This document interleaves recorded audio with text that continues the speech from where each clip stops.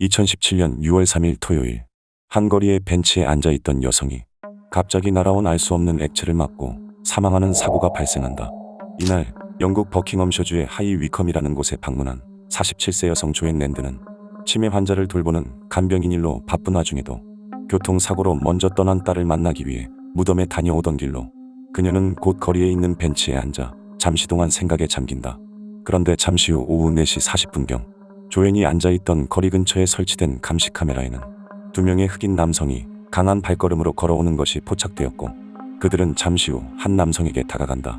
이후 조앤이 있던 작은 공터에는 후세인이라는 이름의 남성이 자전거를 타고 나타났고, 앞서 골목길을 빠져나온 두 명의 흑인 남성이 그에게 다가가는데, 이후 세 사람은 대화를 나누는 듯 잠시 동안 공터에 멈춰선다. 그런데 얼마 후 갑자기 언성이 높아지기 시작하더니 검정색 옷을 입은 흑인 남성이 알 수 없는 병을 꺼내었고, 병을 눈높이로 들고는 후세인을 위협하자 후세인은 즉시 그 병을 손으로 쳐 바닥에 떨어뜨린다. 그런데 바닥에 병이 떨어지자 갑자기 흑인 남성이 이것을 발로 멀리 차버렸고, 이로 인해 옆쪽 벤치에 앉아있던 조앤은 병에 담긴 액체를 맞게 된다.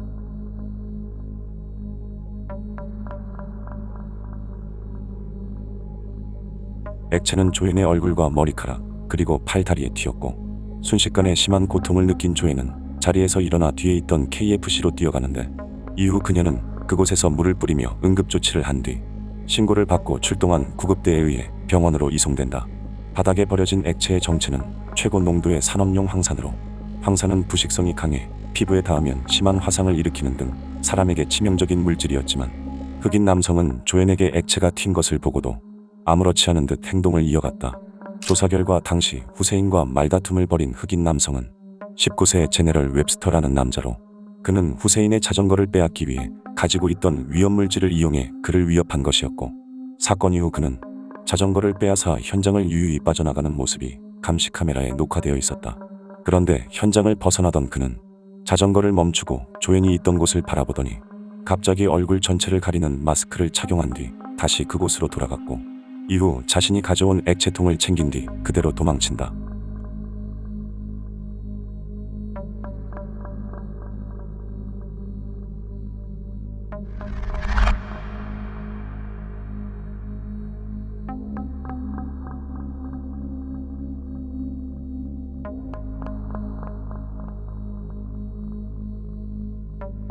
이후 극심한 고통을 참으며 병원으로 이송된 조앤은 화상 치료를 받은 후 잠시 병원에서 퇴원할 수 있었지만, 결국 사건 발생 11일 후인 6월 14일에 화학 화상으로 인한 감염과 다발성 장기 부전으로 사망하게 되었다. 이후 경찰에 체포된 웹스터는 법정에 출두해 모든 혐의에 대해 유죄가 선고되자 판사를 향해 욕설을 하며 위협하는 모습을 보였고, 17년의 징역형을 받아들이지 못하겠다며 항소를 하였지만 모두 기각되었다. 이 밖에도 웹스터는 이미 여러 가지 범죄를 저지른 전적이 있었고, 특히 사무라이 검을 소지하고 돌아다니거나 암모니아와 같은 물질을 소지한 채 여러 사람들을 위협하고 다니는 등 유사한 형태로 저지른 여러 건의 범죄 혐의가 있었다.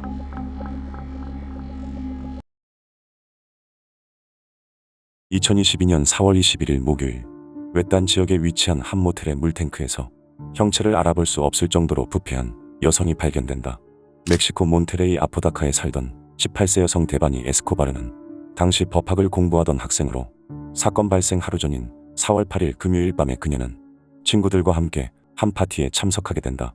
그런데 이후 그녀는 갑자기 사라져버렸고, 데바니가 사라지기 전에 찍힌 여러 영상들과 사진에는 몇 가지 미스터리한 의문점들이 남아있었다. 8일 밤 데바니는 파티에 참석하기 위해 이본과 사라이라는 친구들과 함께 우버와 같은 차량 공유 앱 디디를 이용해 이동을 하였고, 이때 마트에 들려 물건을 사는 모습이 감시 카메라에 촬영되어 있었다. 이후 목적지에 도착한 그들은 그곳에서 평소에 알고 지내던 여러 명의 남자들을 마주쳤고, 이에 그들과 함께 퀸타 엘 디아만테라는 장소로 들어가는데, 그로부터 10분이 지난 새벽 1시 30분경 거리에는 혼자 밖으로 나와 어디론가 걸어가는 데바니가 포착된다.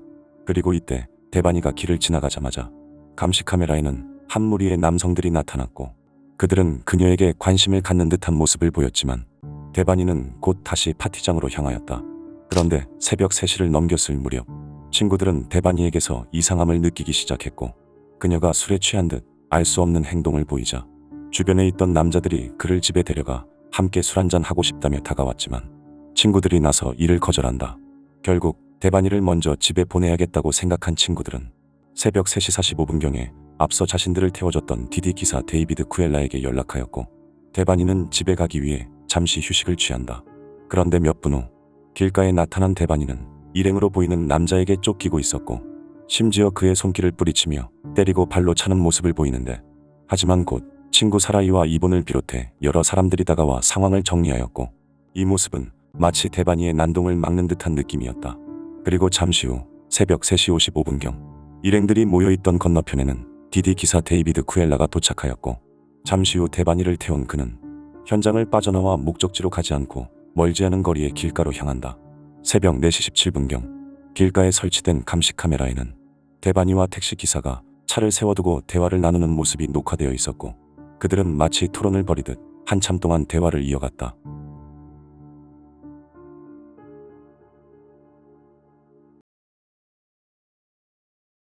그리고 얼마 후 차량은 근처의 고속도로까지 이동하였고 이곳에서 대반이는 택시에서 내리더니 무언가를 기다리는 듯 도로를 보며 가만히 서 있었는데, 이때 택시기사는 대반이의 모습을 촬영해 그녀의 친구인 이본에게 사진과 음성 메시지를 남겼고 이를 통해 그는 그녀가 범행을 당해도 자신의 책임이 아님임을 알린 뒤 차를 끌고 떠난다.